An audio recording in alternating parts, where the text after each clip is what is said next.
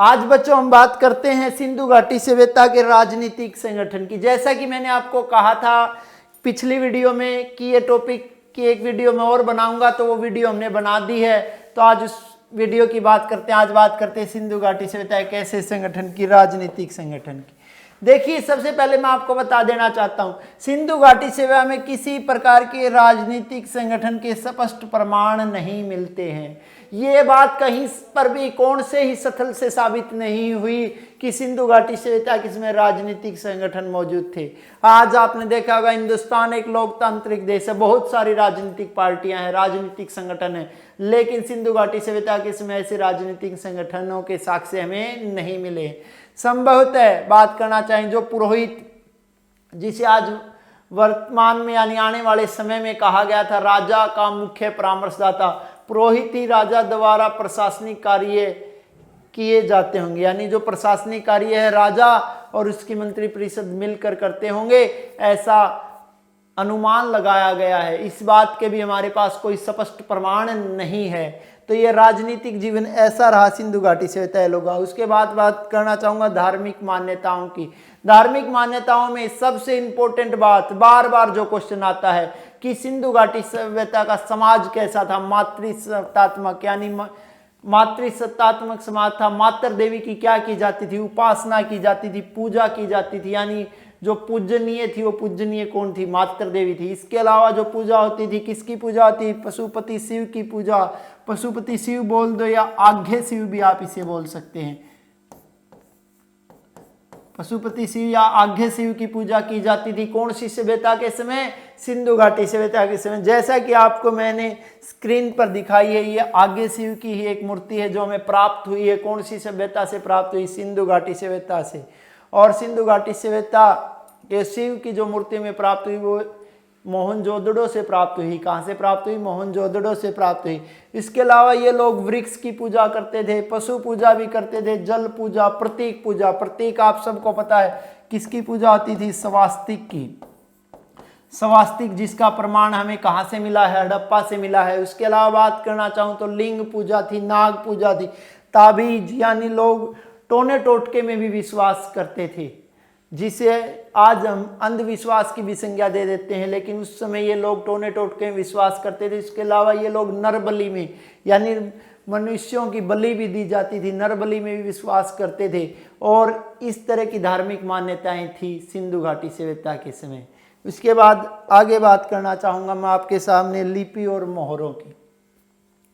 तो सबसे पहले तो मैं बच्चों आपको बता देना चाहता हूं, जो इसकी लिपि की बात करते हैं, सिंधु घाटी सभ्यता की लिपि यूं लिखी हुई थी,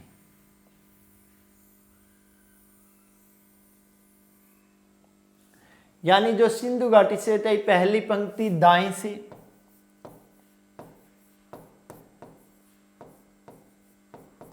और जो दूसरी पंक्ति थी वो बाएं से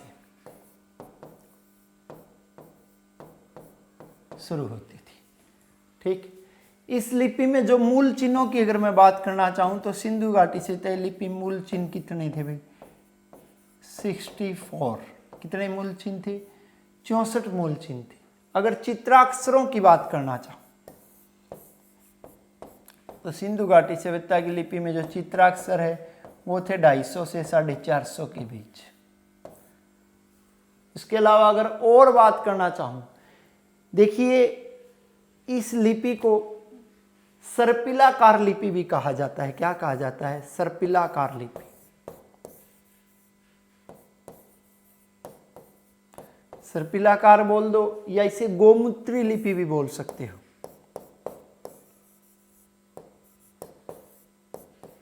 या इसे आप एक नाम और भी दे सकते हैं, वो बुस्टोफेदन शैली।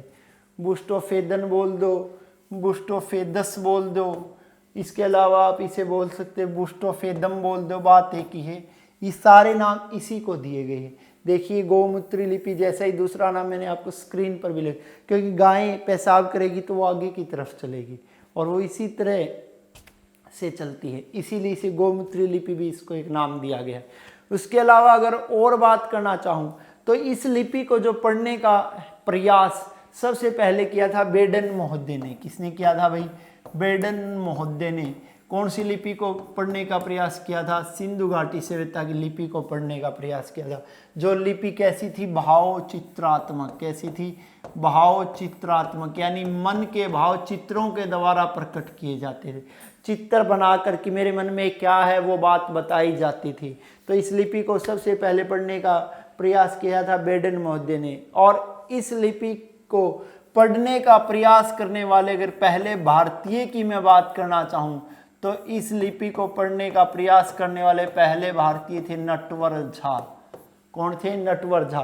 ना तो बेडन महोदय को सफलता मिली, ना नटवर झा को सफलता मिली। इसी कारण आज तक सिंधु घाटी सभ्यता की लिपि हमारे लिए क्या बनी हुई है? अज्ञात बनी हुई, यानी पढ़ी नहीं जा सकी। इस बात का अर्थ नहीं निकाल जा सका कि वो लोग क्या कहना चाह रहे थे इन चित्रों के द्वारा। इस बात का कोई स्पष्ट प्रमाण होते हुए भी हम इसके निष्कर्ष पर नहीं पहुंच पाए। इसके अलावा जो मोहरे थी सिंधु घाटी सभ्यता की थी वो थी आयताकार और वर्गाकार। और कौन से पत्थर की बनी हुई थी? सेलखड़ी पत्थर की बनी हुई थी। कौन से पत्थर की बनी हुई थी? सेलखड़ी पत्थर की। ये देखिए जैसा कि आपको दिखाया गया है, ये मोहरों पर सांड का चित्र है, ये गेंडे का चित्र है, हाथी का चित्र है, एक श्रृंगी जानवर यानी एक सींग वाला सांड जो पूजनीय था सिंधु घाटी सभ्यता के समय, और उसका भी हमें चित्र मिलता है सिंधु घाटी सभ्यता की। किस पर चित्र मिलता है भाई? मोहरों पर चित्र मिलता है। ये अलग अलग जानवरों के चित्र मैंने आपको दिखाए हैं, और ये सारी जो मोहरें मिली है ये सिंधु घाटी सभ्यता के स्थानों से ही मिली है। अलग अलग इतिहासकारों ने जब अलग अलग जगह खुदाई की तो इस तरह की चीज़ों के हमें प्रमाण मिले हैं।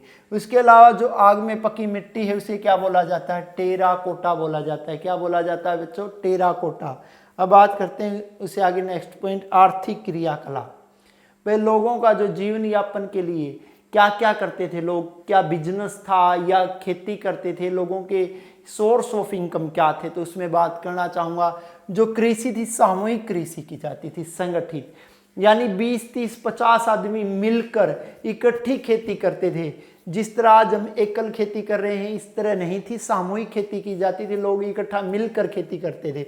उसके अलावा अधिशेष उत्पादन होता था। जो उत्पादन है वो आवश्यकता से अधिक होता था।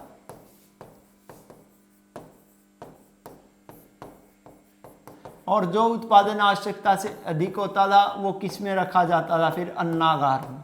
आपने जैसा कि मैंने आपको बताया था जब मैंने आपको हड़प्पा पढ़ाया कि अन्नागार के साक्ष्य मोहनजोदड़ो से भी मिले हैं, हड़प्पा से भी मिले। इसके अलावा और बात करना चाहूँ तो राखी गड्डी से भी मिले, यानी जो उत्पादन होता था अधिशेष होता था। इसके अलावा जो इनकी प्रमुख फसलें थी इसमें सबसे पहला नाम आता है कपास का। आज मैं आपको बता देना चाहता हूँ बच्चों, जो कपास की खेती की शुरुआत है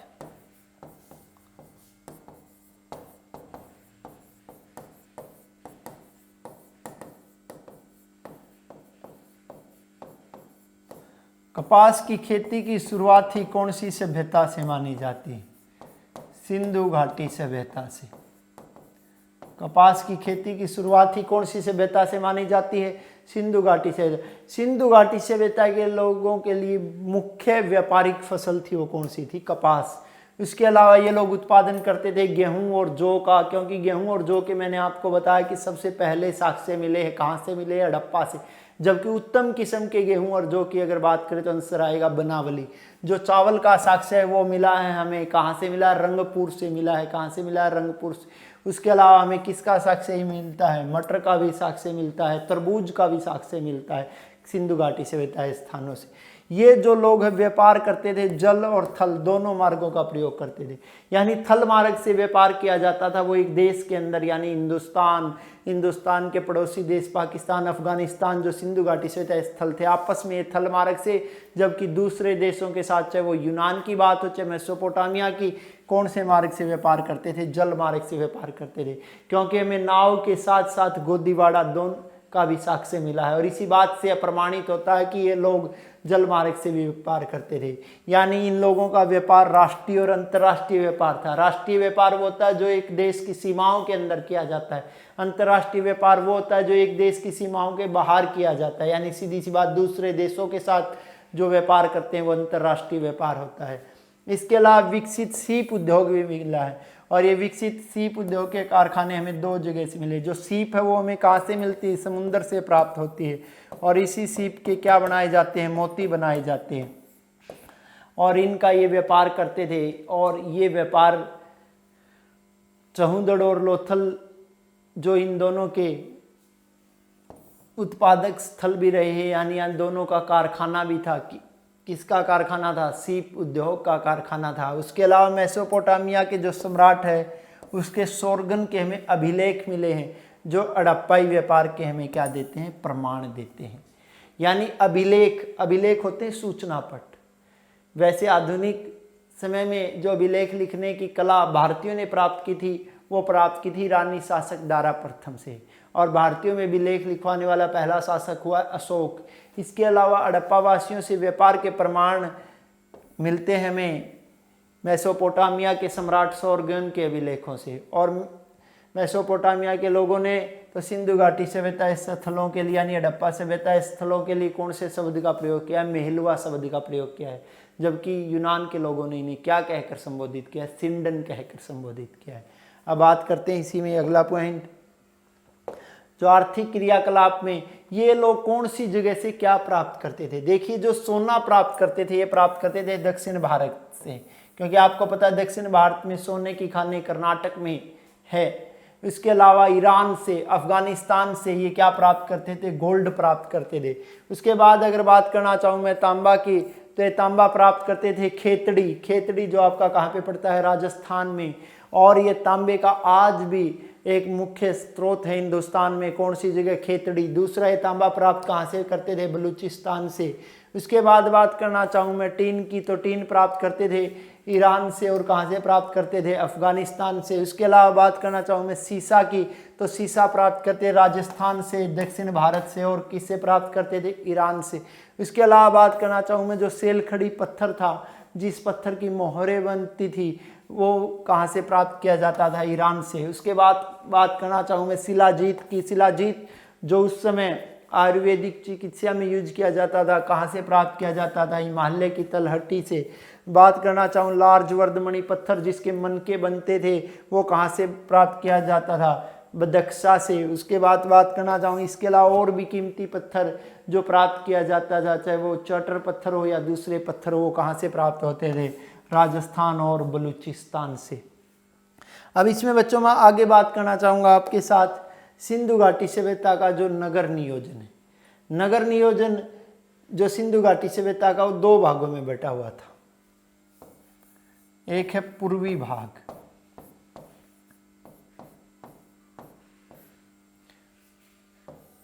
दूसरा है पश्चिमी भाग।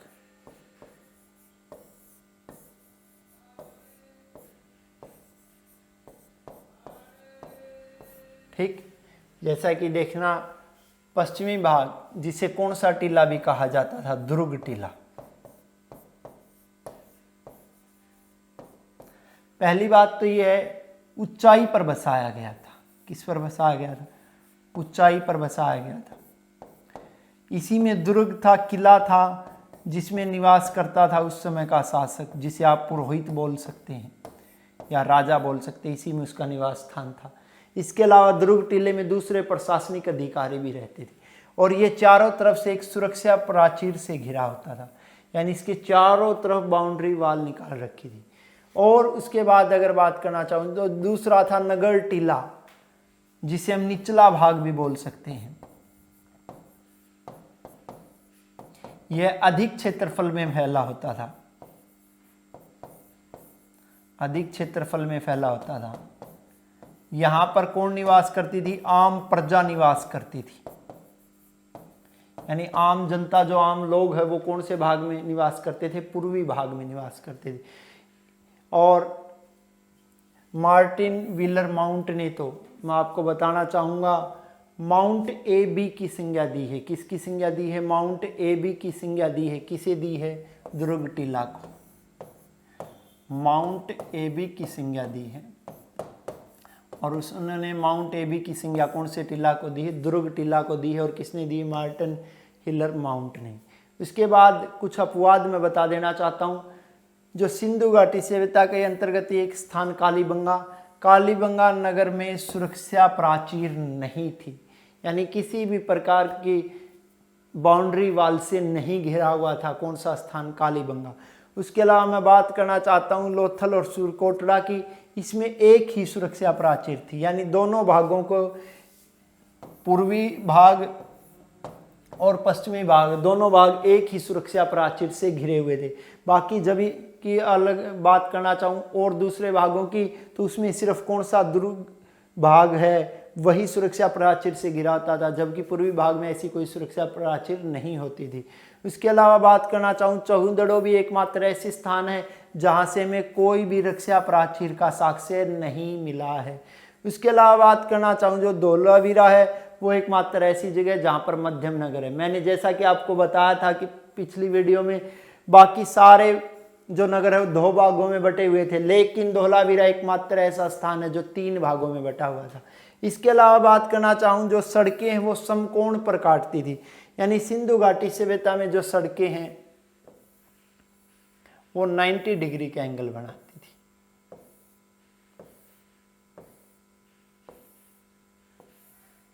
ये देखिए 90 डिग्री का एंगल। सिंधु घाटी सभ्यता की सड़कें किस पर काटती थी? समकोण पर काटती थी, यानी जो जाल या ग्रिड पत्ती पर आधारित थी। इसके अलावा अगर और बात करना चाहूँ, सिंधु घाटी सभ्यता में जो दरवाजे हैं वो मुख्य सड़क पर न खुलकर गलियों में खुलते थे। ये इस तरह गलियां हैं, गलियों में खुलते थे, मुख्य सड़क पर दरवाजे नहीं खुलते थे। भाई किस में खुलते थे? गलियों में इस तरह दरवाजे थे, लेकिन मुख्य सड़क पर दरवाजे नहीं खुलते थे। लेकिन यहाँ भी एक अपवाद है, वो अपवाद कौन सी जगह? लोथल, जहाँ पर जो दरवाजे हैं वो मुख्य सड़क की तरफ खुलते थे, मुख्य सड़क पर। लोथल एकमात्र ऐसी जगह है जहाँ पर जो दरवाजे हैं वो कौन सी सड़क पर खुलते थे? मुख्य सड़क पर खुलते थे। कौन सी सड़क पर भाई? मुख्य सड़क पर खुलते थे। कौन सी जगह खुलते थे? लोथल के। बाकी सब के मुख्य सड़क पर न खुलकर अंदर गलियों में खुलते थे। उसके अलावा जो घर थे वो आंगन पत्ती पर बने हुए थे। आंगन पत्ती इस तरह होती, देखी भाई आपने गाँव में देखा होगा, यहाँ भी जिस तरह एक कमरा यहाँ बना दिया, एक कमरा यहाँ, एक कमरा यहाँ, एक कमरा यहाँ बना दिया, एक कमरा यहाँ, तो ये बीच में छोड़ देते हैं जो हम आंगन पत्ती, बीच में जो खाली जगह छोड़ते हैं जिसे हम आंगन बोलते हैं या बरामदा बोल देते हैं, ये आंगन पत्ती पर आधारित थे। और आंगन पत्ती पर आधारित कौन सी सभ्यता के मकान थे? सिंधु घाटी सभ्यता के। और दरवाजों की, जैसा कि मैंने बताया कि दरवाजे मुख्य सड़क पर नहीं खुलते थे। कौन से स्थान को छोड़कर?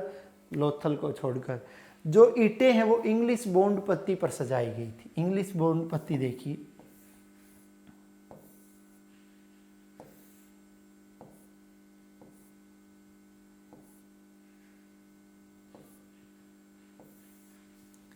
इस तरह कहते हैं कि कूणे काट दिए भाई। ईंटों के जो जोड़ है, जोड़ काट रखे थे, और जोड़ काटने की ही प्रक्रिया का नाम क्या? इंग्लिश बॉन्ड पत्ती। और यह हमें देखने को मिलती है कौन सी सभ्यता के नगरों में? सिंधु घाटी सभ्यता। इसीलिए सिंधु घाटी सभ्यता को पहली कौन सी सभ्यता का ही दर्जा दिया जाता है? शहरी सभ्यता का, या आप इसे नगरीय सभ्यता भी बोल सकते हैं। इसके बाद इसमें आगे बात करना चाहूँगा मैं आपसे सामाजिक जीवन की। वे लोगों का सामाजिक जीवन कैसा था? जो समाज में थी वो कितनी प्रजातियां थी? 4 प्रजातियां थी। वो 4 प्रजातियां आगे एस्ट्रोलाइड, भूमध्य सागरीय, मंगोलियन और अल्पाइन, ये 4 प्रजातियां थी। अगर बात करना चाहूँ तो सिंधु घाटी सभ्यता जो समाज है 4 वर्गों में बटा हुआ था। वो कौन थे? विद्वान, योद्धा, व्यापारी, श्रमिक। विद्वान जो उस समय पढ़ने पढ़ाने का काम कर रहे थे, योद्धा जो उस समय शासन संभाल रहे थे, व्यापारी जो बिजनेस में लगे हुए थे, श्रमिक जो दूसरे कार्यों में लगे हुए थे। जो समाज था वो कैसा था? मातृसत्तात्मक। अगर बात करना चाहूँ मैं लोगों के खान पान की, तो लोगों का खान पान था वो शाकाहारी भी था और मांसाहारी भी, यानी लोग दोनों तरह का भोजन कर रहे थे। शाकाहारी भोजन भी कर रहे थे और मांसाहारी, क्योंकि कई जगह से हमें बकरी की या भेड़ की हड्डियों के साक्ष्य मिले हैं, और उसी बात से प्रमाणित हुआ था कि लोग मांसाहारी भोजन भी करते थे। और इसके अलावा लोग शाकाहारी भी थे, यानी दोनों तरह का भोजन करते थे। अगर वेशभूषा की बात करना चाहूँ तो आपको सबको पता है लोग सूती ऊनी, दोनों तरह के कपड़े डालते हैं। यहाँ तक कि लोग डिजाइनदार कपड़े भी डालते हैं। अगर आपको ध्यान हो तो मैंने पीछे बताया था कि एक मंगोलियन प्रजाति का एक पुजारी मिला हुआ था जिसने एक शाल ओढ़ रखी थी और उसकी शाल पर यूं डिजाइन बना रखे थे। तो ये सूती और ऊनी दोनों तरह के लोग कपड़े डालने का रिवाज था। उसके अलावा बात करना चाहूँ मैं इसी में आपकी वेशभूषा के साथ ही आभूषणों की। तो जो आभूषण है, महिला और पुरुष दोनों समान रूप से आभूषण डालते थे, यानी कि महिलाओं के साथ साथ पुरुषों में भी आभूषण डालने का रिवाज था। कौन सी सभ्यता के? इसमें सिंधु घाटी सभ्यता के। उसके बाद बात करना चाहूँ मैं मनोरंजन की। मनोरंजन के लोगों के साधन यही थे, शिकार करना, पासा खेलना, जुआ खेलना,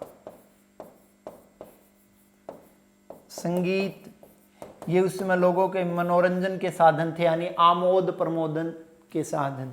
अगर अंत्येष्टि की बात करना चाहूँ तो उस समय अंत्येष्टि में मुख्य 3 ही क्रियाएं शामिल थी। एक है पूर्ण दाह संस्कार, आदमी को मरने के बाद जला दिया जाता था, जो हम आज वर्तमान में कर रहे हैं। एक है आंशिक दाह संस्कार,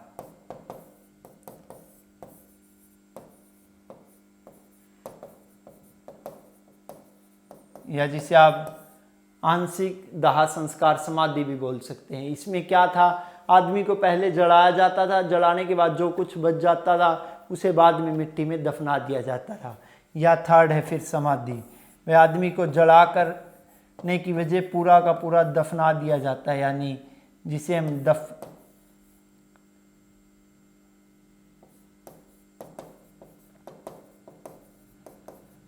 ये 3 तरह की प्रक्रियाएं थी, पूर्णतः दाह संस्कार, आंशिक समाधि और समाधि। उसके बाद अगर इसी में और बात करना चाहें तो आगे बात करते हैं हम सभ्यता के पतन के कारण। भाई सिंधु घाटी सभ्यता के पतन के क्या कारण रहे? तो अलग अलग इतिहासकारों ने सिंधु घाटी सभ्यता के पतन के अलग अलग कारण बताए हैं। देखिए, जिस तरह एस.आर. राव और जॉन मार्शल ने कहा कि सभ्यता का अंत किसके कारण हुआ? नदी की बाढ़ के कारण। ये नदी की बाढ़ का अगर मैं बात करूं तो मोहनजोदड़ो में भी आपको इस तरह का चित्रण दिखाई दिया था कि मोहनजोदड़ो जो अंत में जब खत्म होता है तो सिंधु घाटी सभ्यता का स्थान जो सिंधु नदी में बाढ़ आने के कारण समाप्त हो जाता है। तो यानी कि जॉन मार्शल और एस.आर. राव ने निष्कर्ष निकाला कि सिंधु घाटी सभ्यता के अंत का कारण क्या रही? भाई बाढ़। इसके अलावा बात करना चाहूँ गार्डनर चाइल्ड और व्हीलर महोदय और पिगेट की, तो उन्होंने क्या कि बाह्य आक्रमण यानी दूसरी महाशक्तियां, जैसा कि मैंने आपको बताया सिंधु घाटी सभ्यता के समकालीन 3 और सभ्यताएं बताई थी मैंने आपको। मेसोपोटामिया की सभ्यता बताई थी, मिस्र की सभ्यता बताई थी, चीन की सभ्यता बताई, यानी बाह्य आक्रमण को भी कारण माना गया। और बाह्य आक्रमण को कारण माना गया कौन सी सभ्यता का? अंत का, सिंधु घाटी सभ्यता के अंत का। उसके अलावा माधव स्वरूप वत्स ने कहा कि नदियों ने अपना क्या कर लिया? मार्ग परिवर्तन कर लिया, यानी लोगों के सामने जल की समस्या उत्पन्न हो गई, तब लोगों ने उन स्थानों को छोड़ दिया और किसी और स्थानों पर जा बसे। अगर इसके अलावा बात करना चाहूँ के.यू.आर. कैनेडी की, तो उन्होंने कहा कि मलेरिया जैसी और महामारी फैल गई और जिससे हजारों लोग मारे गए और इस सभ्यता का अंत हो गया। इसके अलावा बात करना चाहूँ अमलानंद घोष की। अमलानंद घोष ने कहा जलवायु परिवर्तन के कारण सिंधु घाटी सभ्यता का अंत हो गया। तो अलग अलग इतिहासकारों ने सिंधु घाटी सभ्यता के पतन को लेकर अपनी अलग अलग राय दी। आज तक सिंधु घाटी सभ्यता के पतन के असली कारणों का पता नहीं लग सका है। तो ये टॉपिक हमारा बच्चों यहीं कंप्लीट होता है। धन्यवाद।